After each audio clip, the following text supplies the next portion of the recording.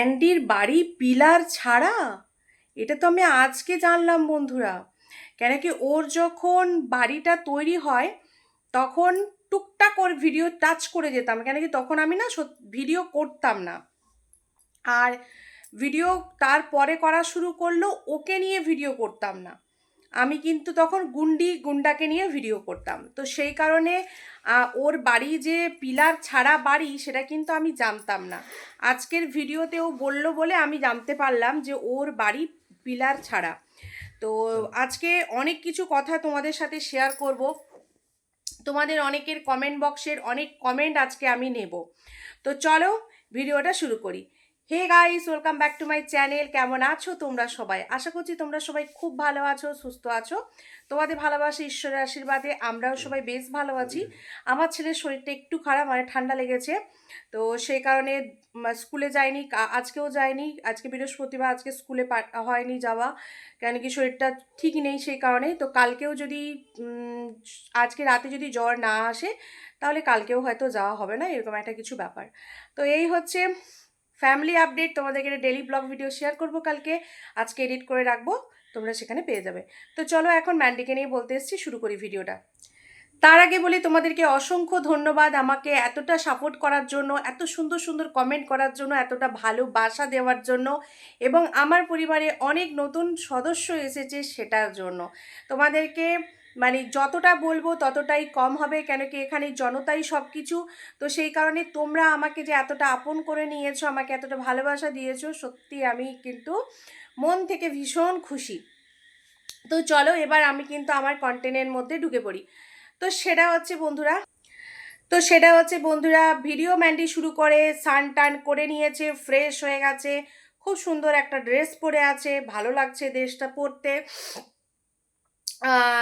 কিন্তু ড্রেসের ভেতরে কিছু ছিল না, সব দিনকার মতোই খালিই ছিল, শুধু ড্রেসটাই পরেছিল। তো যাই হোক, তো সেইভাবে পরেছিল, তারপরে ভিডিও শুরু করলো, তারপর ডালিয়া খেলো। তারপর আবার স্নান করে বাসি বিছানায় গিয়ে বসলো। তাতে করে তোমরা কিন্তু অনেকেই কমেন্ট করেছো যে সত্যি এটা কিন্তু তুমিই পারো, স্নান করে বাসি বিছানায় বসে তারপর পুজো দেওয়া। ঠিক আছে, এটা কিন্তু একমাত্র ব্রাহ্মণ বাড়ির বউ মানে নেকুম্যান্ডি সেই করতে পারে, আমরা করতে পারি না। স্নান করলে দেখবে আমাদের একটা নিজেদেরকে আলাদা ফ্রেশ লাগে। আমরা আর তখন না কোথাও বসতে আমাদের ভালো লাগে না, মনে হয় কতক্ষণে পুজোটা দিয়ে দিই, তারপর আমি হচ্ছে কোথাও বসবো। আর সত্যি কথা বলতে ওর দুটো রুম ছাড়া আর তো কোথাও জায়গাও নেই বসার। কোথায় বসবে? ছাদে গিয়ে তো আর বসতে পারে না, তাই না? আর মানে কি বলবো, আজকে বলবো আর অনেক কথাই বলবো। ও যে বলেছে না ওয়াইটিতে 8 লাখ না 9 লাখ টাকার ঘর বানিয়েছে, সেই সম্বন্ধেও আজকে বলবো। আজকে হিসাব দেখিয়ে দেব যে সত্যি ওর কত টাকা ঘরটাতে খরচা হয়েছে। তো এবার চলে আসি বন্ধুরা ওর ডালিয়া খাওয়া হয়ে গেল, তারপর ওই বাসি বিছানাতে বসলো, আবার গিয়ে রেস্ট করলো, তারপরে আবার ওই গায়ে ছাদে গেল ফুল তুলতে। দেখো, আমরা যেহেতু সনাতন ধর্মে, আমরা যেহেতু হিন্দু, আমরা এগুলো মানি। মানলে অনেক কিছু, না মানলে কিছুই না। মানলে খড় ভগবান, খড়লক্ষ্মী, খড় মানে যেটা গরু খায় খড়, সেই খড়ের কথা বলছি।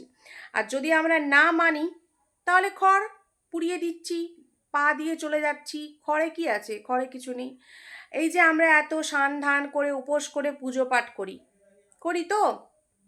আমরা পটিতে গেলে জামা কাপড় ছেড়ে যাই, আবার জামা কাপড় ধুয়ে তারপরে ঘরে আসি, এগুলো মানি তো।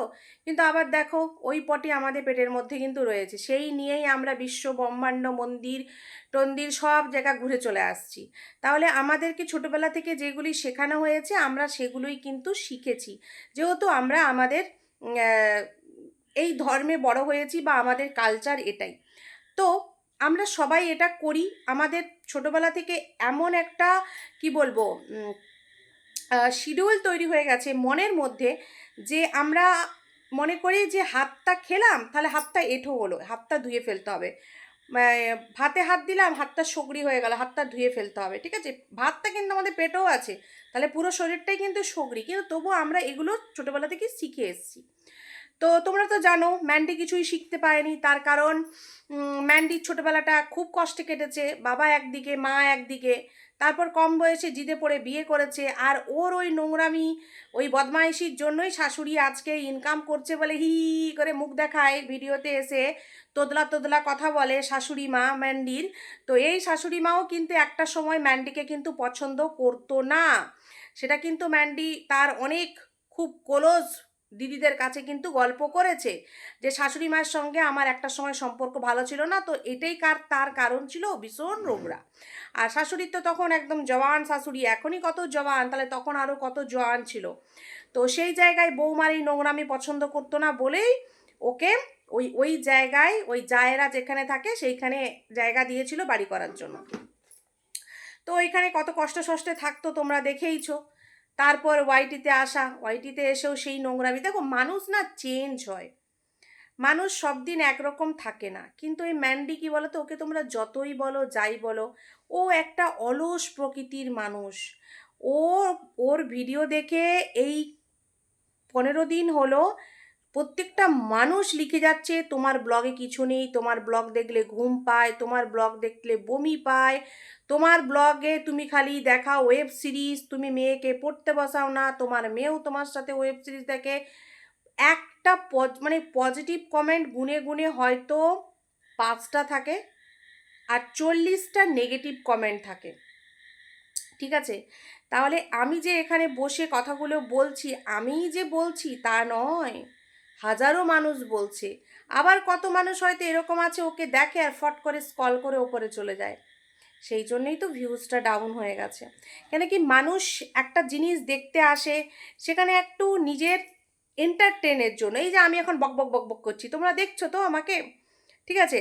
তোমরা একটা এনার্জি পাচ্ছ, তোমাদের একটা মাইন্ড কাজ করছে যে হ্যাঁ এই কথাটা বলছে সত্যি ম্যান্ডি এরকম করে, কিন্তু ওর ভিডিওতে কি আমার একটু ঘুম পাচ্ছে, 5 পদ তো ভাবছি রান্না করব, কিন্তু কি করব পাচ্ছি না, একটু শুয়ে পড়ি ধপাস, এইভাবে ও শুয়ে পড়ে, ঠিক আছে? তারপরে আবার ওর যখন মনে হয় তখন আবার উঠে গিয়ে রান্না করে।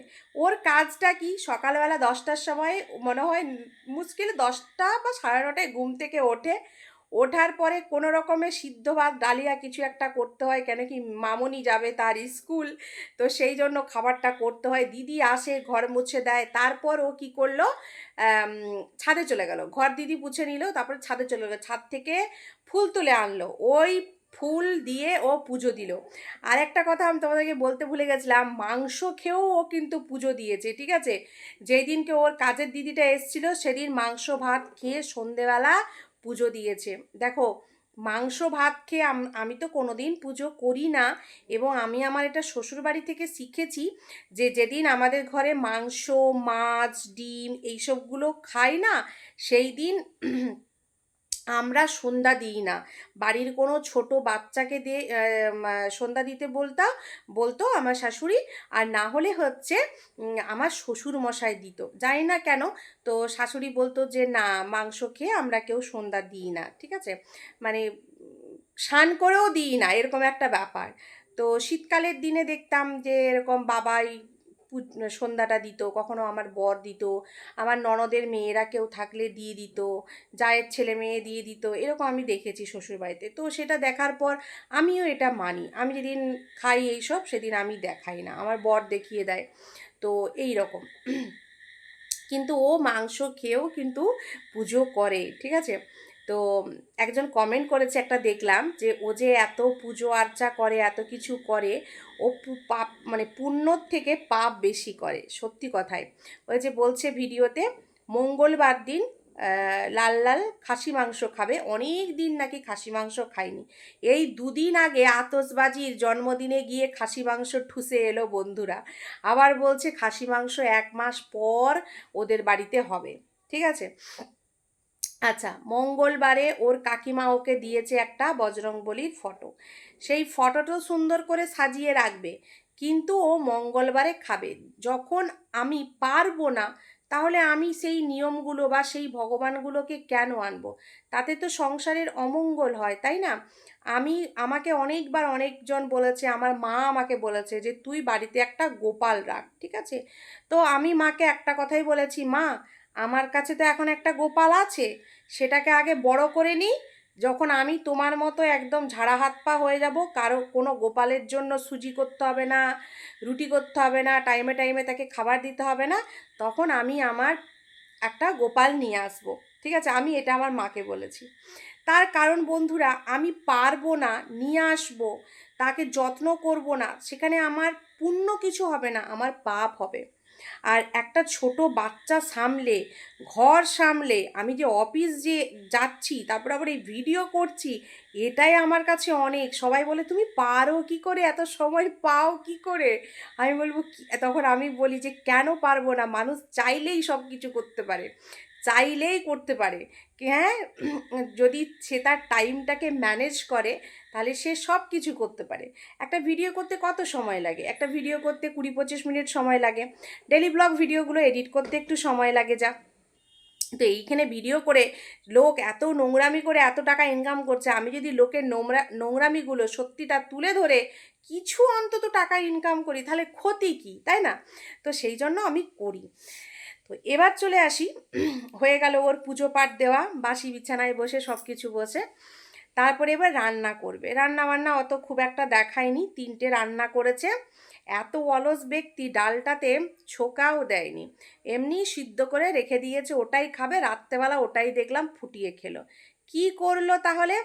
এসে ধপাস করে শুয়ে ওর মেয়েকে যতক্ষণ না স্কুলে আসলো ততক্ষণ ও দেখে নিল ওয়েব সিরিজ একটা, তারপরে আবার খাওয়া দাওয়া করলো, আবার ও মেয়ে পড়াতে চলে এলো, টিচার যেই পড়িয়ে গেল মেয়েও চলে গেল খেলা করতে, ও আবার সিনেমা দেখতে বসে গেল। মানে সারাদিনে 3টা না 4টা নাকি ও সিনেমা দেখে। তাহলে তাহলে ও কী করে ওর বাচ্চাকে পড়াবে বলো? কি করে পড়াবে? ওর বরের সাথে কোনো মতলব নেই, ঠিক আছে? ওর বরের মতো ওই ছোটো ঘরটাতে পড়ে থাকে, কিছু না কিছু করতে থাকে, টুরুর মুড়ুর টুরুর মুড়ুর। আর এই মহাদেব, ঠিক আছে, মহাদেব নিতে থাকে, ফুঁক মারতে থাকে আর বসে থাকে, আর বউ এদিকে শুয়ে শুয়ে ওয়েব সিরিজ দেখতে থাকে। এই হচ্ছে ওর এখন লাইফ। আর মারুও নেই, নালে মারুকে ফোন করে নোংরা নোংরা গসিপ করতো, ওর নামে কুটকাচালি করতো। হ্যাঁ, সেই গসিপটাও বন্ধ হয়ে গেছে, মারুর সাথেও কথা বন্ধ। আচ্ছা, সোনা দিদিভাইয়ের সাথেও মনে হয় বন্ধ। তাহলে সেরকম আর গ্রুপ ভিডিও কলও হচ্ছে না। তো সেই কারণে কি করবে, কিছু করে তো টাইমটা পাস করতে হবে, তাই না? তো দেখা হয়ে গেল, তারপর চা করে নিয়ে চলে এলো, গিলে নিল দুজনে, তারপর অ্যাড্রেস দিয়ে দিল, তোমরা সব মাল অর্ডার করেছো তো, তোমাদের অ্যাড্রেস দিয়ে দিয়েছে। তারপরে ব্লগ শেষ। কি ছিল ব্লগে আমি তো এটাই বুঝতে পারি না, মানুষ কি দেখতে যায় আর ও কি দেখায়, ঠিক আছে? তো এই ছিল ওর পুরো ভিডিও। এবার চলে আসি মেন কমেন্টে, সেটা হচ্ছে বন্ধুরা, ও বলেছিল ওর নাকি 8 লাখ টাকা খরচা হয়েছে ওর বাড়িটা বানাতে। বন্ধুরা, দুটোই তো রুম, রান্নাঘর, বাথরুম, আর ওই সরু একটা হল, তাও আবার বিনা পিলার দিয়ে বাড়ি বানিয়েছে। আমি তো শুনেই অবাক। আমার এই বাড়িটা 9টা পিলার দেওয়া আছে, তাও হালকা হালকা স্ক্র্যাচ হয়ে গেছে, জানো তো? যেহেতু আমার বাড়িটা বসছে, ঠিক আছে, বাড়ি মানেই তো বসবে বছর বছর, বাড়িটা যত বসছে তত হালকা হালকা স্ক্র্যাচ হয়ে যাচ্ছে চারিদিকে। সেটা দেখে আমার বুক সবসময় ধড়ধড় ধড়ধড় করছে, যে বাবা এত কষ্ট করে আমি বাড়িটা বানালাম, আর বাড়িটা এইভাবে আমার স্ক্র্যাচ হয়ে যাচ্ছে, এর পেছনে এখন আরও আমাকে টাকা খরচা করতে হবে। কেন কি, এটা কষ্টের জিনিস, তাই না? আর ভিডিও করার টাকা, আর এই রকম 10টা 6টা ডিউটি করে কষ্ট করে টাকা, দুটো টাকার মধ্যে কিন্তু অন্তর আছে বন্ধুরা। একটা ভিডিও করতে কত আর সময় লাগে বলো তো? আমিও তো ভিডিও করছি, দেখছি তো কত সময় লাগে, বেশি সময় লাগে না। আর 10টা 6টা ডিউটি করে সেই টাকায় এক বাড়ি বানানো, দুটো আকাশ পাতাল তফাৎ। শুধু আমি বলে না, আমার মতো যারা 10টা 6টা ডিউটি করে তারা জানে যে কতটা কষ্ট হয় একটা বাড়ি বানাতে। তো সেই জায়গায় পিলার ছাড়া ও বাড়ি বানিয়ে নিয়েছে। আর সেই জন্য ওর বর বলছে গাছে পেঁপে গাছ লাগিয়েছো, ঘর ভেঙে পড়ে যাবে। কি অবস্থা! মানে গুন্ডিও পিলার ছাড়া ঘর বানিয়েছে। আচ্ছা, আর এরাও পিলার ছাড়া ঘর বানিয়েছে। আচ্ছা, পিলার ছাড়া ঘর টেকবে গো? হ্যাঁ গো, আমার জানা নেই জানো তো, কেন কি আমার বাবার বাড়িতে দোতলা বাড়ি, সেখানেও দেখেছি আমি পিলার দিয়েই বাড়ি বানানো হয়েছে। আচ্ছা, আমার আর কার দেখেছি, পিসি বাড়ির যখন বাড়ি হয় তখনও দেখেছি। আর আমার বাড়ি তো আমি নিজে হাতে করেছি। আমার বাড়িতে 9টা পিলার আছে, ঠিক আছে, 9টা, গুনে গুনে 9টা পিলার দেওয়া আছে। আচ্ছা, ও বলেছে ওর বাড়ি খরচা পড়েছে 8 লাখ টাকা। বন্ধুরা, দুটো বাড়ি পিলার ছাড়া যতই চকাচক রং করুক আর পাথর মানে স্টাইলস বসাক, আমার মনে হয় না ওর অত টাকা খরচা হয়েছে। কেন কি, এই গল্পটা যদি ও অন্য কারো কাছে দিত তাহলে হয়তো সাজবে, কিন্তু যেহেতু আমি নিজে হাতে একটা বাড়ি বানিয়েছি, তাও আবার এইরকম মানে এই জামশেদপুর মতো শহরে, তো সেই জন্য জিনিসপত্রের দাম দর সবটাই কিন্তু আমি জানি।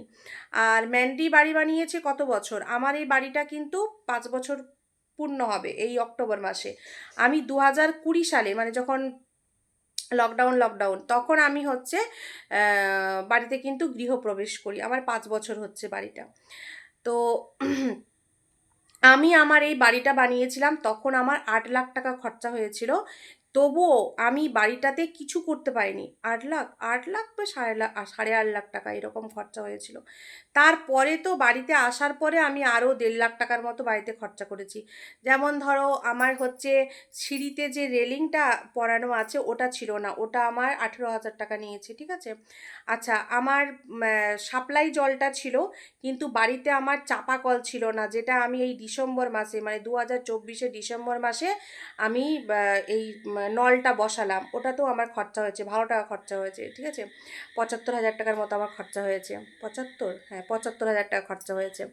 আচ্ছা, তারপর আমার পুরো ঘরে পেন্ট করা ছিল না। যারা আমার পুরনো ভিডিও দেখেছো তোমরা জানো, আমার পুরো ঘরের বাইরের পোর্শনটা কিন্তু পেন্ট ছিল না, ঠিক আছে, প্লাস্টার করা ছিল, পেন্ট ছিল না। সেই পেন্টটাও আমি 2024 সালে করিয়েছি, এই কালী পুজোর সময়, ঠিক আছে। 2024 সালে, 2024 না না না ভুল বললাম, 2023 সালে, 2023 সালে কালী পুজোর সময় করিয়েছি। কেন কি এই বছর মানে 2025 কালী পুজোতে 2 বছর হবে, 1 বছর হয়ে গেছে, 2 বছর কমপ্লিট হবে। তো 23-এ তখন এই পুরো বাড়িটা আমার মানে বাইরের পোর্শনটা রং করতে আমার পড়েছে 30,000 টাকা। আচ্ছা, তারপর এই চারপাশের বাউন্ডারিটা দেওয়া ছিল না, এই বাউন্ডারিটা চারপাশে দিতে আমার পড়েছে 50,000 টাকা। মোটামুটি সব মিলিয়ে আমি যদি কাউন্ট করি তাহলে আমার বাড়িটা কিন্তু 10 লাখের কাছে ঢুকে গেছে। এখনও পর্যন্ত দেখো, এই যে ঘর, এই ঘরে কিন্তু আমি রং করতে পারিনি, খালি পুট্টি আর প্যারিস করা আছে। আচ্ছা, এই ঘর আর আমার ওই বেডরুম দুটোতেই কিন্তু টাইলস লাগানো নেই। শুধুমাত্র আমি হলে, বাথরুমে আর ছোট্ট যে রান্নাঘরটা আমার আছে ওইটাতে টাইলস লাগিয়েছিলাম।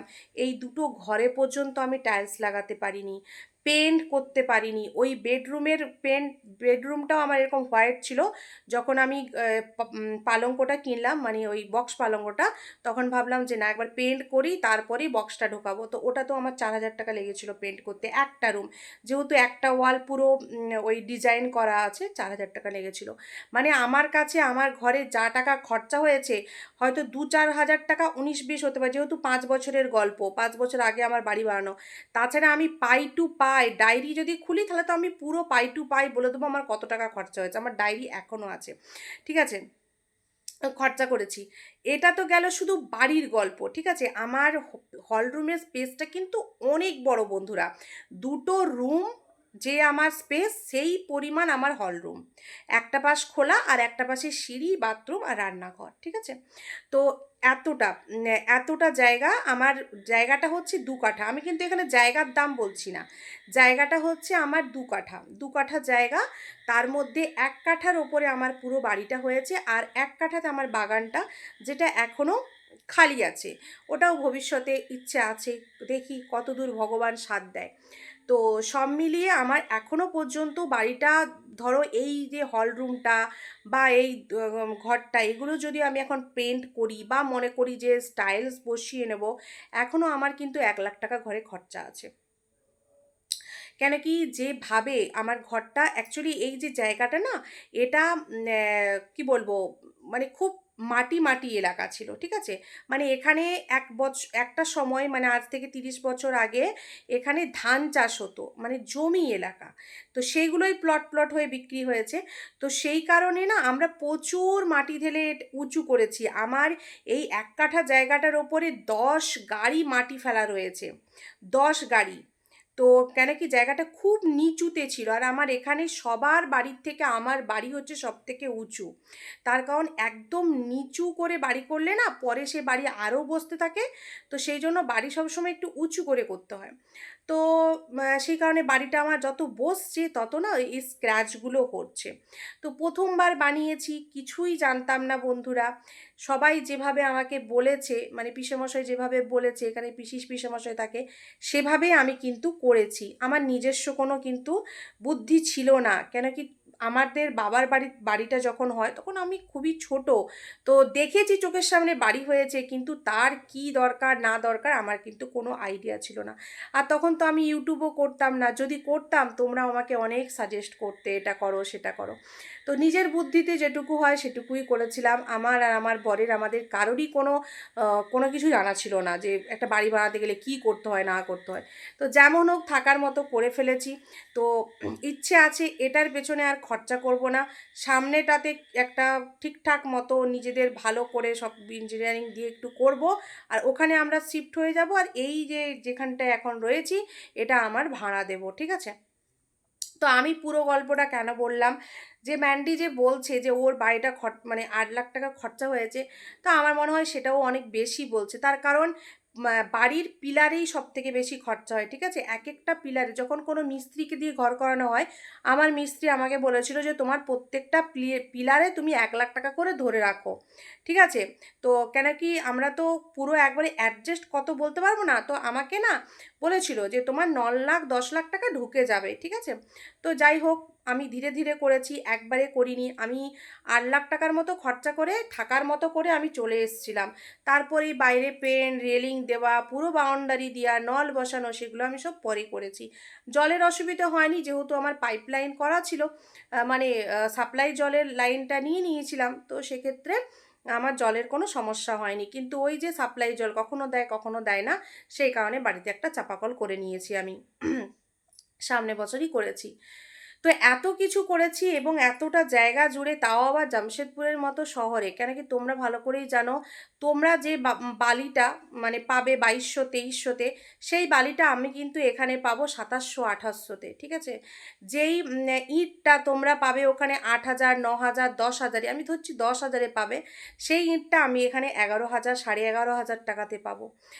এইটা তো ফারাক আছেই, তাই না। একটা এটা একটা মানে স্টিল সিটি এলাকা। এখানে সমস্ত জিনিসের দামপত্র বেশি, এবং যে সমস্ত মিস্ত্রি কাজ করেছে তাদেরও রেট বেশি। গ্রামাঞ্চলে একটু কম থাকে, ওয়েস্ট বেঙ্গলে একটু কম, আমাদের এখানে কিন্তু অনেক বেশি। আমি যখন করেছিলাম তখন মনে হয় 280 টাকা হিসেবে, স্কোয়ার হিসেবে নিয়েছিল। তো এখন হয়তো আরও বেড়ে গেছে, ঠিক আছে। 5 বছর আগের গল্প, এটা বলছি তোমাদেরকে, আমার বাড়িটা। তো এই হচ্ছে ফান্ডা, যে ম্যান্ডি এত কষ্ট করে বাড়ি বানিয়েছে তবু পিলার দিয়ে বানায়নি, মানে ওটার কোনো ভবিষ্যৎ নেই। তো তোমরা যারা বলছো দোতলা বানাও দোতলা বানাও, ম্যান্ডি কোনোদিন দোতলা বানাতে পারবে না। তার কারণ ওই বাড়ির ওপরে দোতলা বানানো মানেই প্রচুর জীবনের রিস্ক, প্রচুর রিস্ক। বেনে তো যাবে, কিন্তু সেটা 10 বছর পর বা 15 বছর পর কি হবে সেটা কেউ বলতে পারবে না। তো লাইফে রিস্ক নিয়ে তো কোনো লাভ নেই, তাই না। আর সেই জন্যে ও জেনে বুঝে দোতলার কথা তোমরা বললেও ও এড়িয়ে যায়। ওই দুটো ঘরের মধ্যে যেমন করে ওই শুয়ে টুয়ে ইয়ে করে ও পার করে দেবে। দোতলাও করতে পারে যদি ওই 5 ইঞ্চির দেওয়াল দিয়ে অ্যাডভেস্টার দিয়ে একটা রুম মতন করে, তাহলে কি হবে, কোনো গেস্ট গেলে তাকে বসতে দিতে পারবে, বা নিজেরাও একটু গিয়ে বসবে, হাওয়া বাতাস খাবে। হ্যাঁ, সামনেটা রেলিং দেওয়া রইলো, হাওয়া বাতাস আসবে, পড়াশুনো করতে পারবে। সব সময় দেখো ওই গুহার মধ্যে থাকলে মানুষ এমনিতেই মানে কি বলবো ডাউন হয়ে যাবে। আর গুহার মধ্যে থেকে সবসময় টিভি দেখে দেখে কিচ্ছু হবে না। ছাদে ওরকম যদি একটা রুম করে সত্যি ওর জন্য ভালো, বাট ও টাকা খরচা করবে না। আর ও জানে যেটা করলে কিন্তু রিস্ক, যেহেতু পিলার দেয়া নেই বাড়িতে। এবার এটাই ছিল ফান্ডা। তো যাই হোক, গাছপালা লাগালে তোমার ছাদ ভাঙবে না ম্যান্ডি, তুমি গাছ লাগাও। তবে হ্যাঁ, প্রত্যেক বছর বছর ওই টবগুলোকে এপার ওপার তোমাকে করতে হবে। এক জায়গায় টব যদি বছরের পর বছর রেখে দাও, তাহলে ছাদটায় জল, নিচে যেটুকু জল জমবে যতটুকুই, ছাদ নষ্ট করে দেয়। সেজন্য বছর বছর বা 6 মাস অন্তর অন্তর টবগুলোকে এপার ওপার করতে হয়। তো এই ছিল ওর ভিডিওর গল্প, আর তোমাদের কমেন্ট নিয়ে আমার গল্প। কেমন লাগলো ভিডিওটা অবশ্যই জানিও। সবাই ভালো থেকো, সুস্থ থেকো। দেখা হচ্ছে নতুন একটি ভিডিওর সাথে। আর আশা করছি আজকের ভিডিও তোমাদের অনেকের মন ছুঁয়ে গেছে, তার কারণ আমার অনেক দিদিভাই আছে, অনেক আন্টিরা আছে, তারাও কিন্তু আমার মতো কষ্ট করে তারাও তাদের সংসার গুছিয়েছে। কেউ বাড়ি বানিয়েছে, কেউ ফ্ল্যাট বানিয়েছে, কেউ আবার নিজের লাইফে এখনও পর্যন্ত স্ট্রাগল করে যাচ্ছে। তো আমি একটা কথাই জানি যে তুমি যদি পরিশ্রম করো, তুমি যদি স্বপ্ন দেখো যে আমি স্বপ্ন দেখছি আমার একটা বাড়ি হবে, তো হবে, সেটা কেউ আটকাতে পারবে না। কেন কি, আমিও যখন ভাড়া বাড়িতে থাকতাম, আমি প্রথমে স্বপ্ন দেখতাম যে আমাকে জমিন কিনতে হবে। আমি জমিন কিনেছি, আর তারপর আমি আরও 2 বছর পর বাড়ি বানিয়েছি। কেন কি, জমি কেনা বাড়ি বানানো দুটো তো একসাথে সম্ভব না। তো জমিটাও আমার একটা ভালো টাকা লেগেছিল ওই সময়। 2 কাঠা মতো জায়গা আছে, আর আমি যে টাকাটা বললাম সেটা কিন্তু জমি ছাড়া, ঠিক আছে? তো এই ছিল আমার গল্প। তোমাদেরও অনেকের গল্প আমি জানি। যেমন একজন দিদিভাই আমাকে বলেছিল যে আমি নিজে কষ্ট করে ফ্ল্যাটের লোন শোধ করেছি। সেরকম তোমাদেরও লাইফে যদি কিছু আমার মানে কি বলবো, লাইফের সাথে জুড়ে থাকা কোনো স্টোরি থাকে, তোমরা কমেন্ট বক্সে জানিয়ে যেও, আমিও পড়বো, আমারও ভালো লাগবে। সবাই ভালো থেকো, সুস্থ থেকো। দেখা হচ্ছে নতুন একটি ভিডিওতে। টাটা।